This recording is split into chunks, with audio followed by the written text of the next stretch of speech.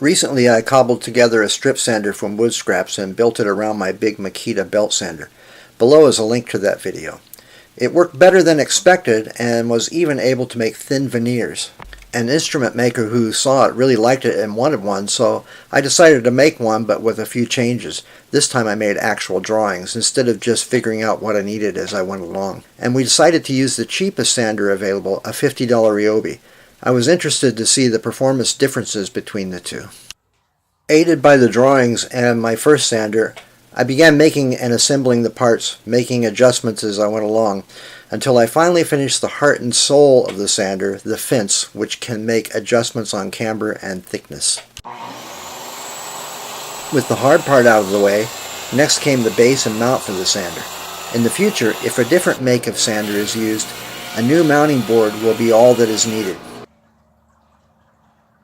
Blocks to hold the sander in place are shaped, glued, and screwed to the mounting plate. And at last, final assembly begins as everything is attached to the base. Slots in the mounting plate allows the sander to be adjusted into its proper place. And oops, poor planning there with that slot placement. I can come back with a smaller knob which will get me through the first test, but that's going to have to be fixed. The first time through, I go easy on the little sander, shaving off a thin slice. It seems to be working just fine, so on my second pass I take off a little more.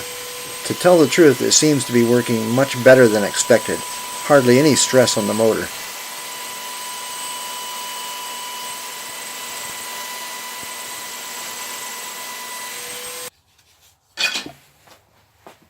A vacuum hose holder is made and mounted, and the mounting plate is extended to accommodate a new slot. And at last it's time for the final assembly and a few test runs. The slots in the top of the plate allow for further adjustments for the sander. By moving it back, I can run thicker pieces of wood through it. My first test will be a short piece of 3/4 inch hemlock.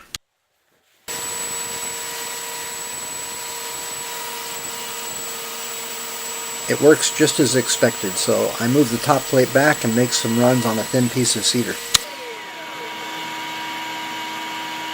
Running the cedar through a few times, I get it down to veneer thickness.